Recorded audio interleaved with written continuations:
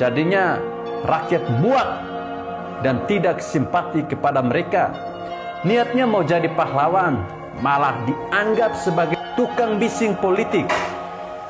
Kembali lagi, niat dan tujuan mereka beda dan bau ini sangat mudah tercium.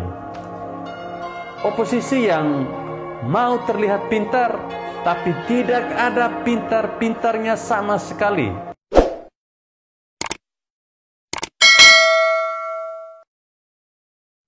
Halo sahabat Indonesia, jumpa lagi bersama saya Freddy Kako. Semoga saya menjumpai seluruh sahabat Indonesia semua dalam keadaan yang tentunya sehat-sehat dan tak kurang suatu apapun. Direktur Lingkar Madani Indonesia atau Lima Indonesia, Ray Rangkuti, memberi tanggapan terkait mantan Wakil Ketua DPR Fahri Hamzah yang menyebut partai oposisi pelongak-pelongok dan seperti bingung-bingung.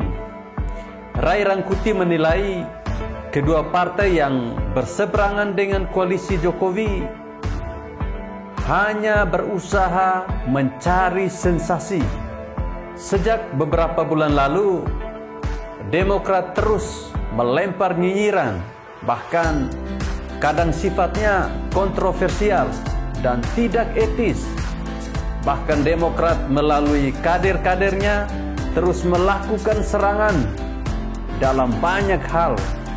Tapi ya itu, kritikannya tidak konstruktif, cenderung nyinyir, berlandaskan ketidaksukaan, subjektif dan kadang ugal-ugalan.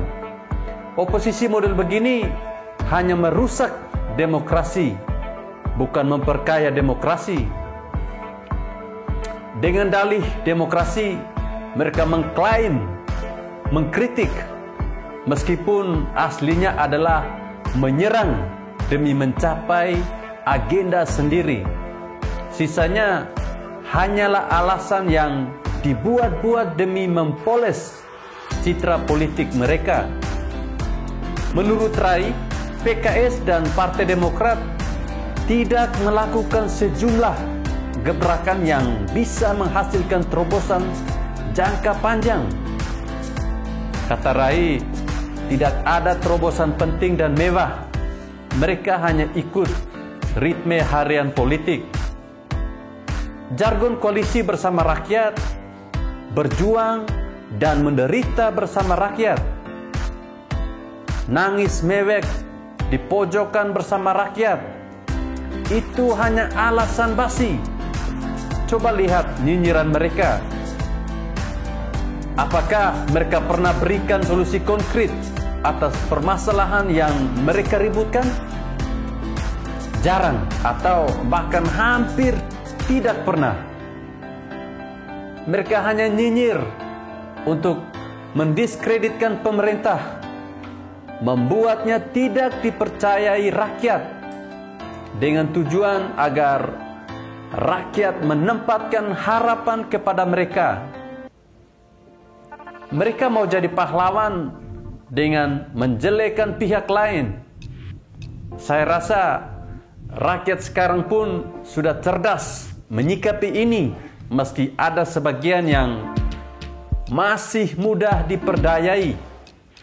Kalau disebut oposisi bingung, mungkin ini karena tidak tahu lagi harus melakukan apa untuk didukung rakyat.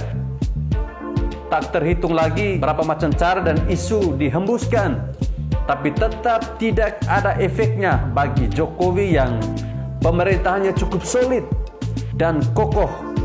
Dan kami tidak akan segan-segan membela dan menyerang balik jika ada kelompok stres dan tidak waras yang bertingkah macam-macam, meski mereka ini dilabeli buzzer.